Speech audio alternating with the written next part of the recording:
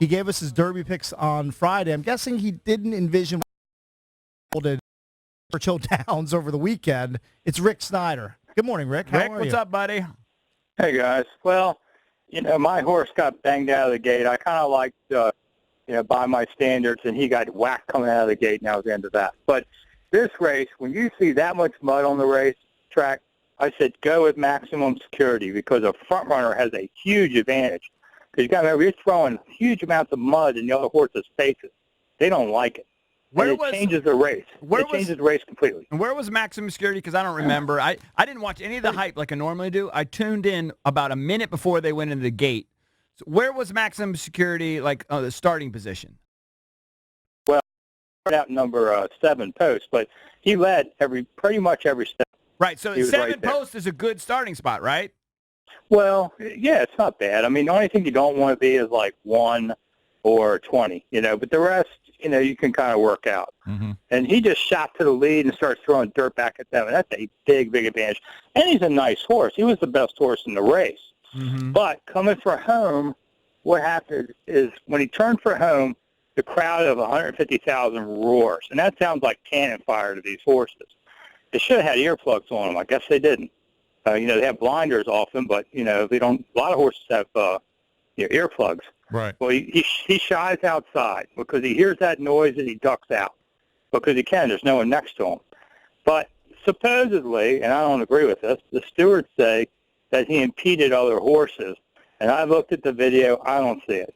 What are you talking about? He definitely impeded it, Rick. He definitely impeded the other horses. Listen, I watched a million horse races. I've seen much worse than this not get taken down. This is like you getting a ticket for not coming to a full and complete stop at a stop sign when no one else is around. So why'd they do it?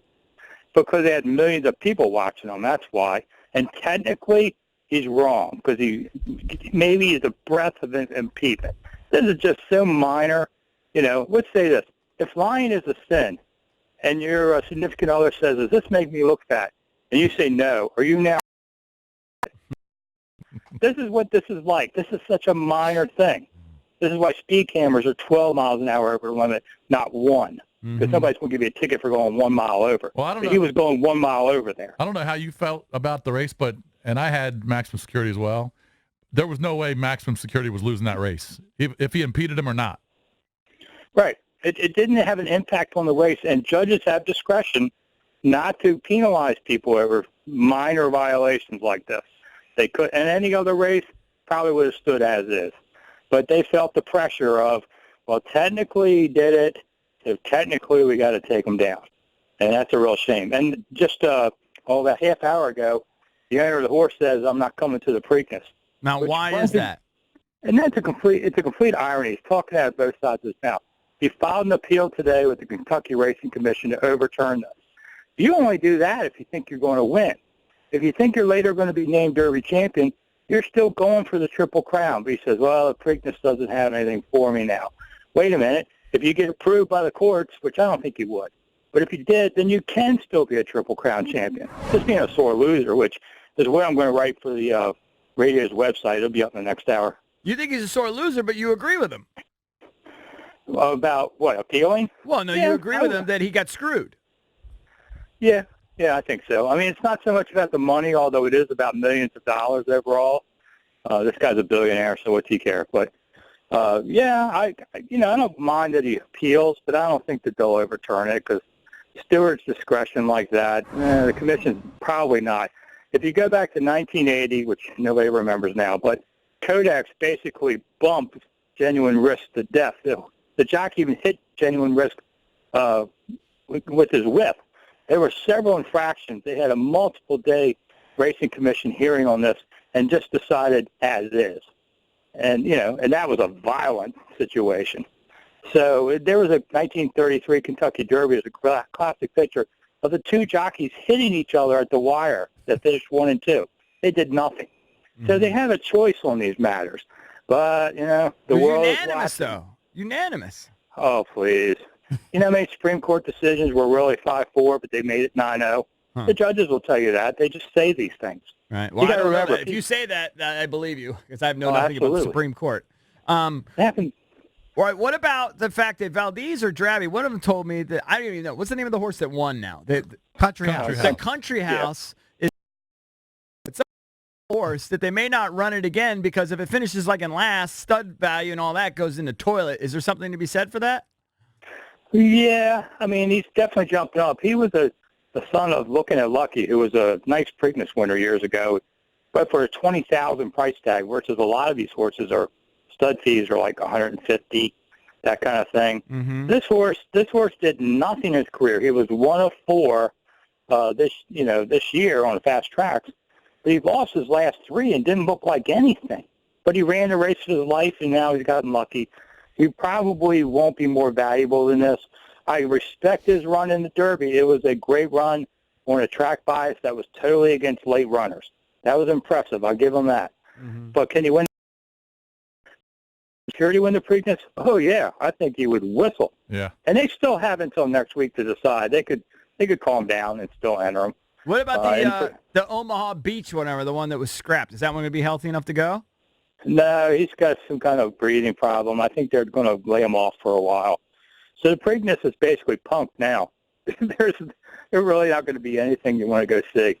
Well, So how many horses do you think will enter in the Preakness? 12? Well, yeah, because ironically, with no, they're all also rans. But even if you get 5th in the Preakness, it's good money for a guy that's got a regular horse. now, Yeah, so it's worth trying. Rick, what do you say to people that, because I'm sure you were watching the same feed we all were, that when the jockey was interviewed right afterwards, he kind of knew something was up by the way he was answering the questions and alluding to the horse being spooked, and that's why he slid over. Do you think the jockey felt kind of guilty? No, I mean, this kind of stuff, you get it on the track for and against you. So life evens out. I think he just was being cautious and didn't really want to say anything. Just like, the Country House trainer was basically saying, yeah, maybe. He didn't want to go all out either and commit because he didn't want to look bad second-guessing the stewards. Let me just say this. Stewards at racetracks are the kings of the racetracks. Right. You get on their wrong side, brother, you are going to jail. Right. So you never publicly come out against the stewards because you got to race again. All right, what about, so I was asking the boys this because I don't know anything about horse racing. So if you're the jockey and these jockeys, they switch lanes, I guess if you want to call them lanes, all the time when they make passes. How are they supposed to know?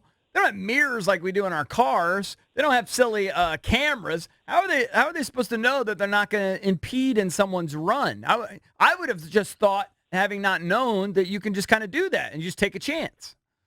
Well, they have, they can see around them.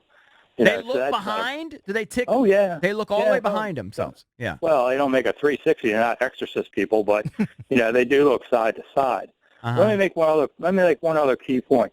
At the end of the race, there was no steward's inquiry posted, which means the steward saw something they want to look at. They waited until there was a foul claim, and they had to look at it. Right, because they didn't want to call it. Yeah. Right. So how bad was it if they don't post a steward's inquiry? Right. That is a good point. That is a good point. Well, there you go. I got one. You got one. You might have got one on me. I don't know. It was just my luck that the first time in 145 years, the winner was DQ'd, and I had him in 2 different bets. Yeah. Hey, listen, I had a horse once fall down in front of the wire and split across, but the jockey wasn't there, and I lost my bet. I mean, yeah. So, it happens. I mean, just basically 1% of the crowd had winning tickets. That's about what it was. So about $9 million went from maximum securities people over to Country House's people.